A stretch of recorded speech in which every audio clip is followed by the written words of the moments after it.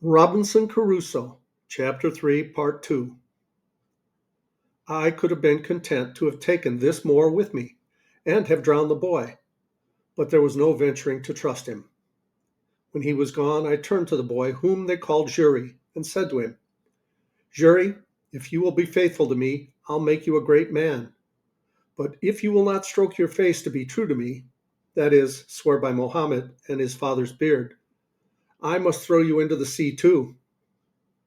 The boy smiled in my face and spoke so innocently that I could not mistrust him, and swore to be faithful to me and go all over the world with me. While I was in view of the Moor who was swimming, I stood out directly to sea with the boat, rather stretching to windward. Then they might think me gone toward the strait's mouth, as indeed anyone who had been in their wits must have been supposed to be. For who would have supposed we would sail on to the southward to the truly barbarian coast, where whole nations of negroes were sure to surround us with their canoes and destroy us, where we could ne'er once go on shore, but we should be devoured by savage beasts, or more merciless savages of humankind.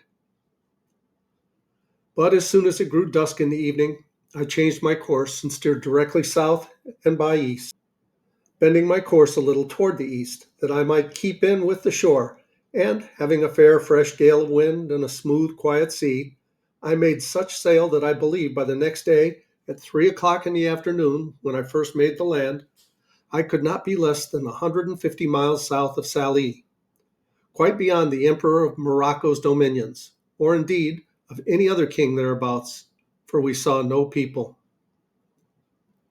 Yet such was the fright I had taken at the Moors and the dreadful apprehensions I had of falling into their hands, that I would not stop, or go on shore, or come to anchor. The wind continuing fair till I had sailed in that manner 5 days, and then the wind shifting to the southward, I concluded also that if any of their vessels were in chase of me, they also would now give over. So I ventured to make to the coast, and came to an anchor in the mouth of a little river. I knew not what or where, neither what latitude, what country, what nation, or what river. I neither saw or desired to see any people. The principal thing I wanted was fresh water. We came into this creek in the evening, resolving to swim to shore as soon as it was dark and discover the country. But as soon as it was quite dark, we heard such dreadful noises of the barking, roaring, and howling of wild creatures, of we knew not what kinds, that the poor boy was ready to die with fear, and begged me not to go on shore till day. Well, Jury, said I, then I won't, but it may be we may see men by day who will be as bad to us as those lions. Then we give them the shoot gun, said Jury, laughing. Make them run away. Such English Jury spoke by conversing among us slaves. However, I was glad to see the boy so cheerful, and I gave him a dram out of our patron's case of bottles to cheer him up. After all, Jury's advice was good, and I took it. We dropped our little anchor and lay still all night. I say still, for we slept none, for in 2 or 3 hours we saw vast creatures, we knew not what to call them, of many sorts come down to the seashore and run into the water, wallowing and washing themselves for the pleasure of cooling themselves. And they made such hideous howlings and yellings that I never indeed heard the like. Jury was dreadfully frightened, and indeed so was I too. But we were both more frightened when we heard one of these mighty creatures come swimming toward our boat. We could not see him, but we might hear him by his blowing to be a monstrous, huge, and furious beast.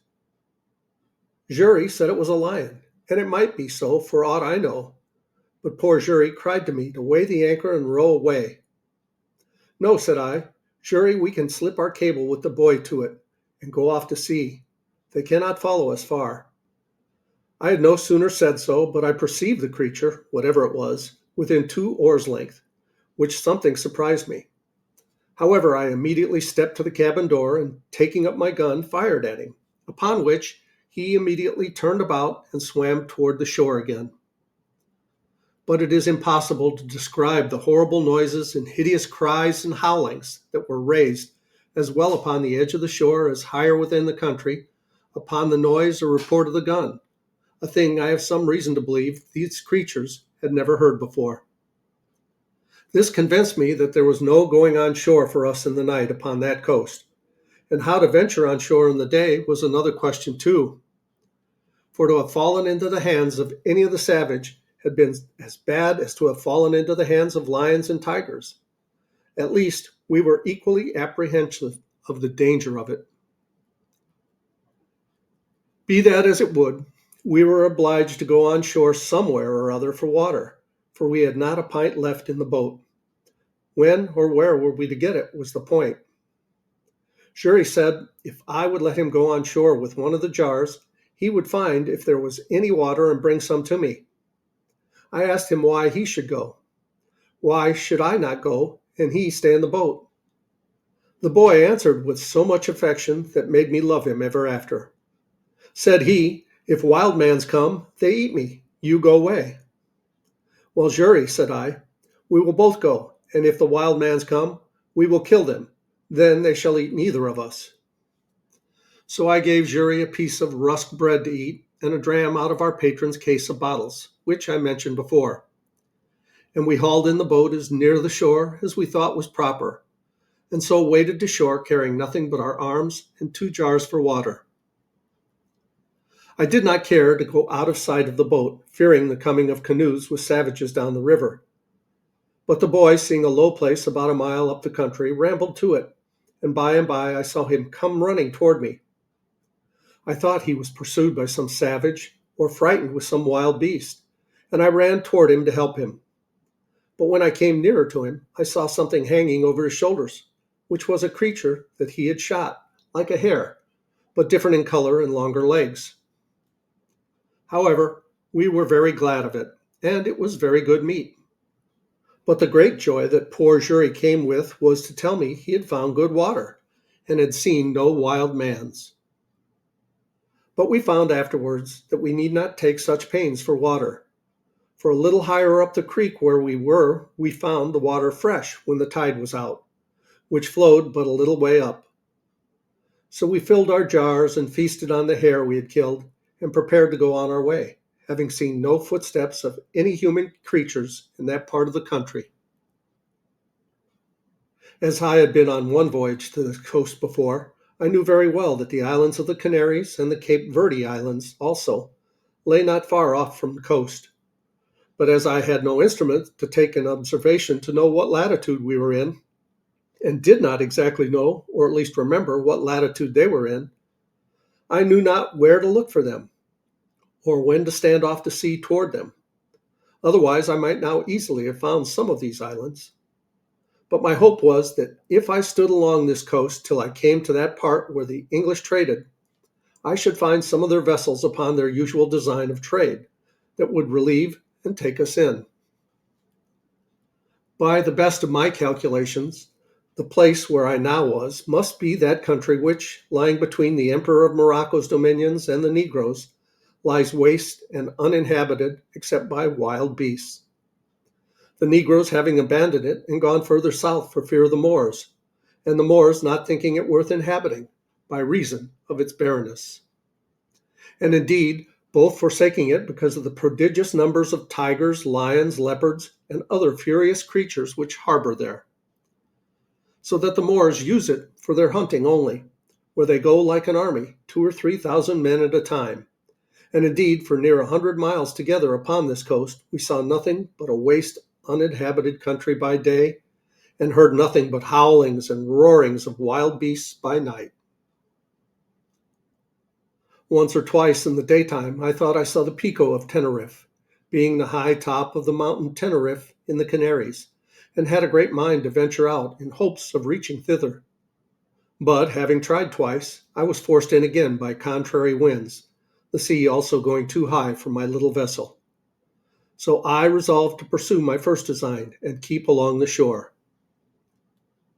Several times I was obliged to land for fresh water after we had left this place, and once in particular, being early in the morning, we came to an anchor under a little point of land which was pretty high, and the tide beginning to flow, we lay still to go further in.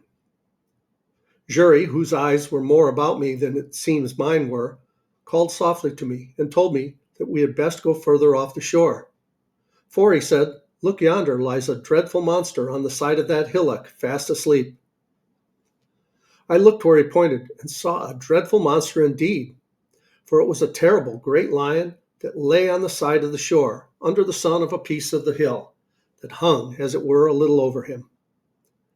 Jury, said I, you shall go on shore and kill him.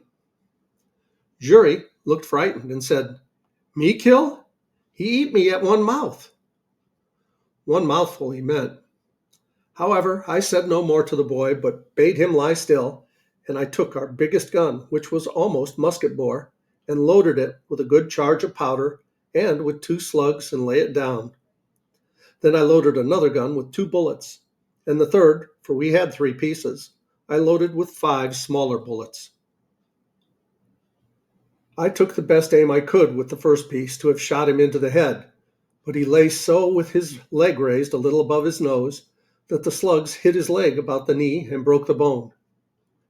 He started up growling at first, but finding his leg broke, fell down again, and then got up upon 3 legs and gave the most hideous roar that I ever heard.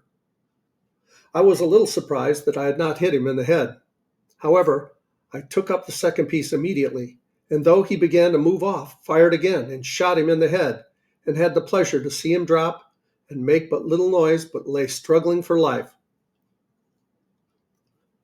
Then Jury took heart and would have me let him go on shore. Well, go, said I, so the boy jumped into the water, and taking a little gun in one hand, swam to shore with the other hand, and coming close to the creature, put the muzzle of the piece in his ear and shot him into the head again, which dispatched him quite. This was game indeed to us, but this was no food, and I was very sorry to lose 3 charges of powder and shot upon a creature that was good for nothing to us. However, Jury said he would have some of him, so he comes on board and asked me to give him the hatchet. For what, Jury? Said I. Me cut off his head, said he. However, Jury could not cut off his head, but he cut off a foot and brought it with him, and it was a monstrous great one. And I think we're going to pause here, and we'll continue with this chapter in the next video. Thanks so much for watching. Please like, subscribe, leave a comment below. I love you guys. As Tigger says, ta-ta for now.